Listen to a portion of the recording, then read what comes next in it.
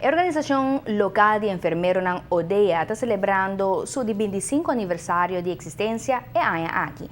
Ministro Dr. Alex Schwengel estava invitado na primeira celebração em relação com o aniversário de plata de ODEA, onde a reuniu o presidente e membro da diretiva que forma parte do liderazgo da organização for de sua fundação Teco em dia, como que mandatário encargado com a carteira de salubridade, pero também como colega.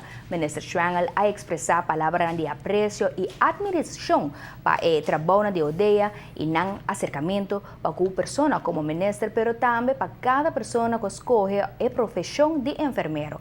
O ministro está considerando partner essencial em qualquer diálogo que lo bem over de salubridade, añadiendo que está contento com a boa relação que está existir entre ODEA e seu ministério.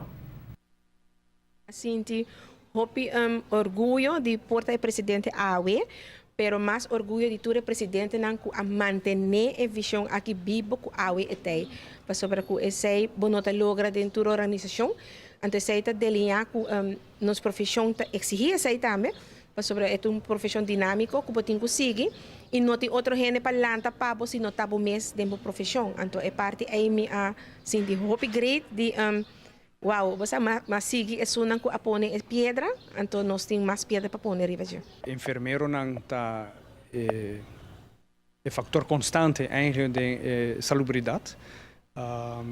Claro, todo mi mestre especialista é o doutor também importante porque remi que sem enfermeira não tem nada. Passo de acordo com uma discussão no hospital, sim, para o hospital tá de especialista, mas bisa se pessoa se não saca tudo doutor, então bisa se per uma sorte de verpleeghuis worden. Mas ok, tá porta bobo aqui assim, né? Mas bisa se você saca tudo enfermeiro no hospital, não tem nada. Dus para mim, tenho respeito e admiração para o trabalho. O trabalho é duro. Requer hopi coração e hopi dedicação. Posso imaginar que um contato é hopi intensivo, não? E não está passando de bom e malo com um paciente. Doctor pibia não está passando de bom e malo também, mas toch hopi menos. Porque não está chega, bota o paciente riba afdeling, bota se bocop e babai. Per gente dia, tá nurse tem não, tá passa de bom e malo com o cliente. Pues não está built up a relação intensiva com os clientes. Pues por motivo e para outro motivo, me quer que não forma parte essencial de nossa salubridade.